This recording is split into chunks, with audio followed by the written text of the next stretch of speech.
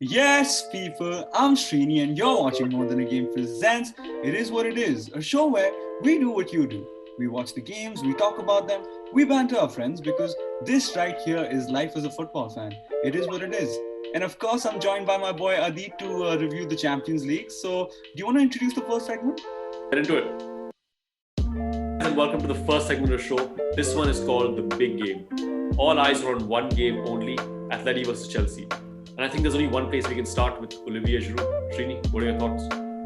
I think Giroud, and this may be a bit of a hot take on Giroud, but I think he's not just the most underrated striker of his generation, but I think he's just got to be the most underrated player of his generation. I mean, look at the impact he's having on this Chelsea side at 34 years of age. You know, he scored the 4 amazing goals against Sevilla.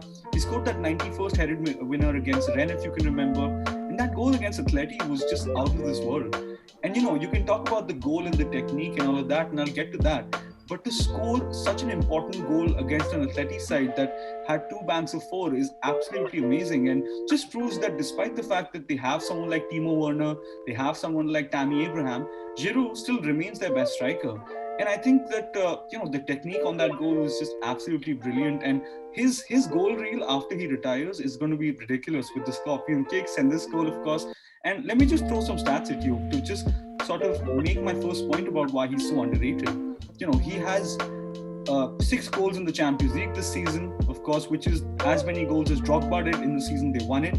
Of course, only 3 players have scored more goals than Giroud since the 2018-19 season, and that's Messi, Holland, and Lewandowski. So Olivier Giroud is absolute cash money, and I can't praise him enough. I think he was fantastic. But Adi, from a Chelsea point of view, what did you make of their performance?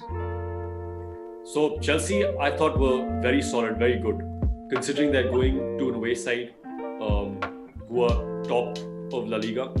Chelsea defensively are very impressive. I don't think I've seen them be this rigid at the back in a long time. And obviously we know they're unbeaten under Tuchel, which is testament to him. What I noticed also was how he implemented Marcos Alonso into the side, and Ben Chilwell is almost frozen out. Chilwell, who's obviously a favorite under Lampard, very interesting to see. Their entire defense gets a huge shout out. I thought they were fantastic, especially against a side like Atleti, who obviously they have a low block, but attacking wise they have the quality as well. Right. Mason Mount, though, another great performance from him. He had the most passes in the final third and the most chances created for Chelsea. And it's really interesting because I think a lot of people thought that Tuchel will give someone like Kai Havertz more of a chance and a regular starter in the team.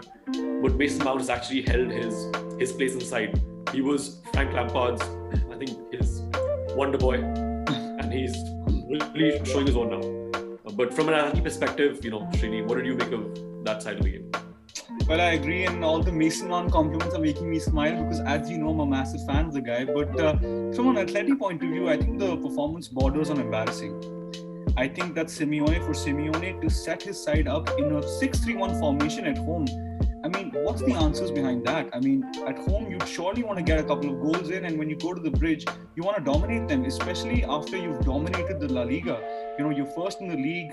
I think they scored 45 goals. They've conceded 15 or 16 goals. So it's been a dominant season. So I just don't understand why they play the way they did. You know, they didn't even have a shot on target. And that's after, having attackers like Luis Suarez, like João Felix in your side. And I think that it was just pathetic. And I think the stat that rounds things up is that Mateo Kovacic, the number of passes he played in the final third is as many as I think the Atleti players played in the attacking third as a whole, and that's just 22. So that just rounds up a very shocking performance. And even though Simeone is a tactical genius, and I'll give him his respect, I think that if this was an English manager or if this was Pep, I think they'd be called fraudulent and this and that. So I think Simeone, if they go and complete a comeback in the second leg, I mean, people will give them all the credit in the world, but it's the most unnecessary comeback ever because they shot themselves in the foot anyway. So I can't give them too much credit. So that's my thoughts on that. Head into the second segment of the show, which is called The Real MVP. And of course, the title really explains itself. So Adi, for you, who is your real MVP? My MVP for the week is 17-year-old Jamal Musiala, who is now the second youngest scorer in Champions League history after, I think, Bojan Krkic of Barcelona. Wow. 17 years and 363 days. He scored a pretty decent goal, more than decent actually. With Bayern beating Lazio away from home, they have 4 away goals. But Musiala, I wouldn't say he had a great game. He had a solid game, but for a 17-year-old to come in to the European champion side and start for them, it's testament to him. He's obviously made a lot of headlines, choosing to represent Germany permanently over England. A lot of waves being made, but I think it's a good decision and a lot to look forward to in the future. But what about you, Srini? Who's your MVP? Well, just touching on Musiala, yeah, I agree with you. I mean, he's an absolute baller, and at 17 years of age, he may make the Euro squad. While I don't know what I was doing at 17, I was probably just wasting my time. I'm doing the same now anyway. But anyway, my real MVP has to be my guy, João Cancelo. You know, and it doesn't matter that I'm a City fan. I think that João Cancelo was again absolutely ridiculous.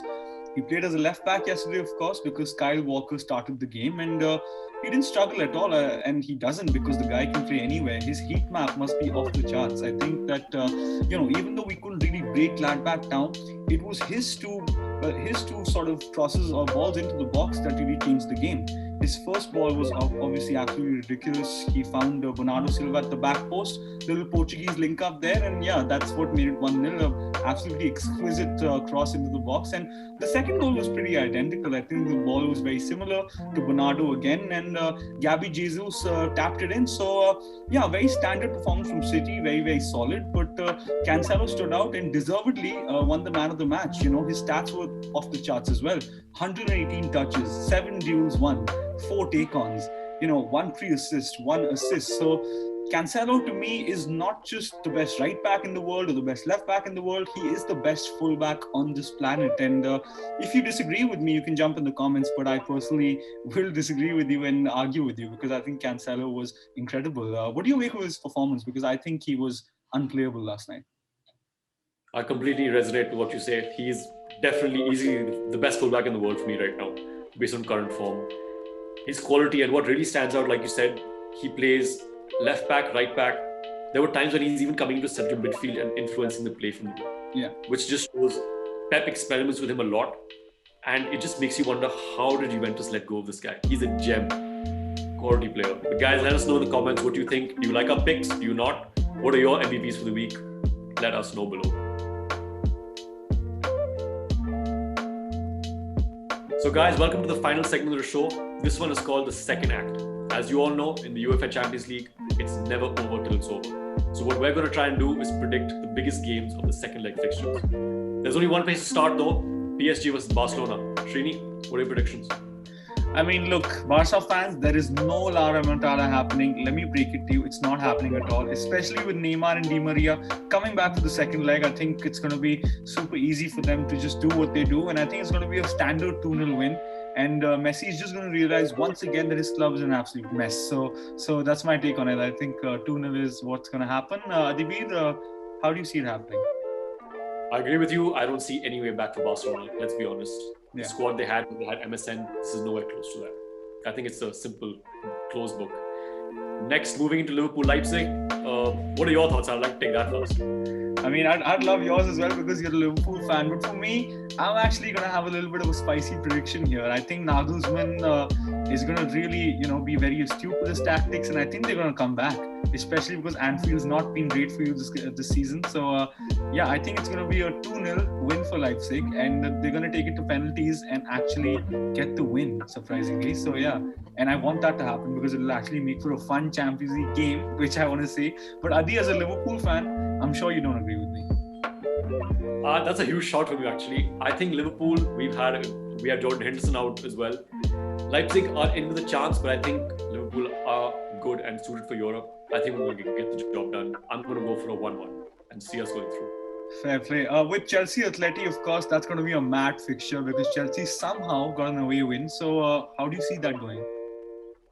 I think Chelsea at home, I read a stat where every away game they've won, they've never lost the home tie.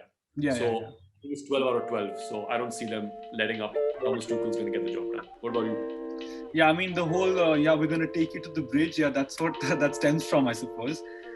In terms of a score prediction, I'm going to go for, it's a tough one because Atleti are going to do an Atleti, aren't they? And I don't want to see that happening. I don't want to see them playing rugby again, for God's sake. So, oh my God, what am I going to go for here? Fair enough. I'm just going to go for an Atleti win somehow. Oh my God. It's going to be probably like it's going to be a 2-1 and they'll win it at extra time.